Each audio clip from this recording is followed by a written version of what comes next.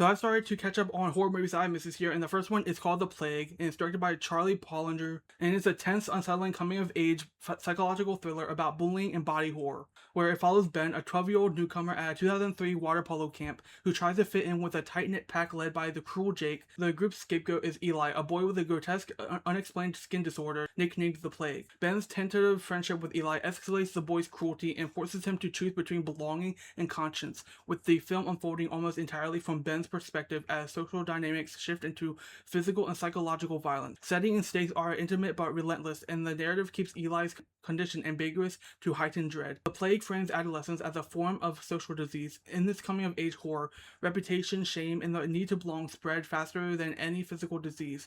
The film uses strict visuals and disquieting soundscape to make ordinary camp rituals feel menacing and morally corrosive. The film treats early teenage life not as a nostalgia, but as an immediate, high-stakes emotional landscape where small slights feel catastrophic. That is the film's central point, and everyday camp dynamics are rendered as a pressure cooker that amplifies fear and panic. The titular Plague serves as a metaphor for how rumor, shame, and exclusion spread through a group, turning cruelty into a communal ritual rather than isolated cruelty. The film repeatedly shows how a single invented idea becomes a tool for policing differences.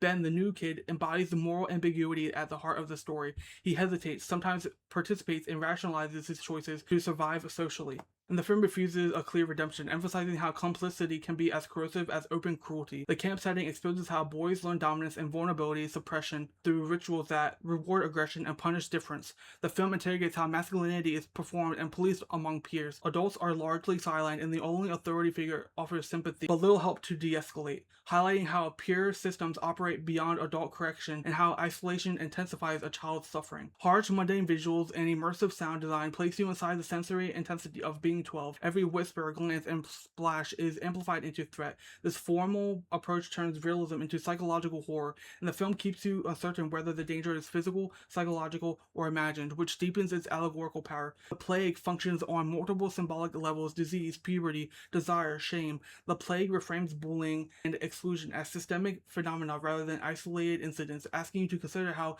social structures teach cruelty and how silence enables it. Its refusal to resolve the central moral crisis leaves you with a lingering discomfort, which is precisely the point. Social wounds don't heal easily and can form into long-affecting trauma. The film centers on three young performances that anchor its coming-of-age body horror together. Ben, played by Everett Blunk, ringleader Jake, played by K.O. Martin, and outsider Eli, played by Kenny Rasmussen. These three young actors make child bullying and cruelty feel lived in rather than an outline, sustaining tension through subtle shifts in expression and posture. Everett Blunk as Ben is achingly sympathetic, balancing nervousness and inner strength. His performance sells the film's moral dilemma about belonging versus compassion. His micro-expressions and vocal fragility are key to empathy. Kyle Martin as Jake was incredible with being quietly predatory rather than cartoonishly evil, like a lot of films portray kids as. His control of small gestures and timing make him convincingly alpha and terrifying, and that restraint is a major reason the bullying feels real and relatable. Kenny Rasmussen as Eli turns an outsider role into something haunting and ambiguous. His performance mixes numbness and vulnerability, giving the film its unsettling emotional core. Joel Egerton's brief role as the boys' coach provides an understated comic yet tragic adult presence that contrasts the boys' escalating dynamics. His scenes work effectively and well-timed, functioning mostly as an atmospheric anchor than a solution, which keeps the focus on the children's moral universe. Charlie Pollinger's direction in The Plague uses strict filmic discipline and claustrophobic staging to turn a summer camp coming-of-age story into a slow-burn psychological horror that emphasizes social cruelty over spectacle. Pollinger shoots on 35mm film, favoring long takes, precise framing, and a muted palette that traps the protagonist inside the camp's closed system. The result is a controlled, almost clinical setting where every glance and corridor feels loaded with threat. The camera often holds at a respectful distance, letting the boys' interactions play out with carefully measured frames. Pollinger uses static and slow tracking shots to let social dynamics escalate without editing manipulation. When the camera moves, it follows the emotional shift rather than cutting to reaction shots, which intensifies your sense of entrapment.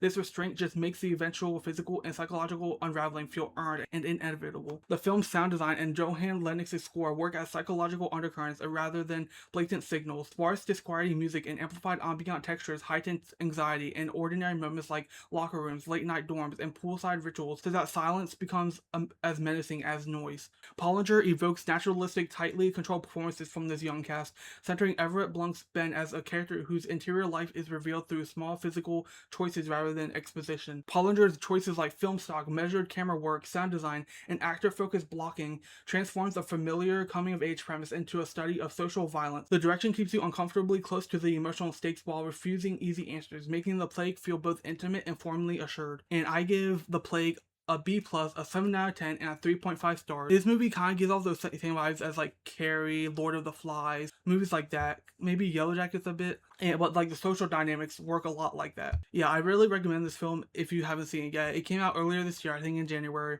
I remember seeing some things about it, but I didn't really check it out then. But I'm glad I checked it out now because I feel like it's a very important movie. It kind of, if you know the show Adolescence that came out last year on Netflix, it kind of goes off those same themes. I feel like Adolescence went a bit more harsh with like the killing and all that. Still, I recommend checking out this movie if you haven't. Let me know your thoughts down below if you've seen it. And if you haven't seen it, are you going to check it out now? And don't forget to like and follow.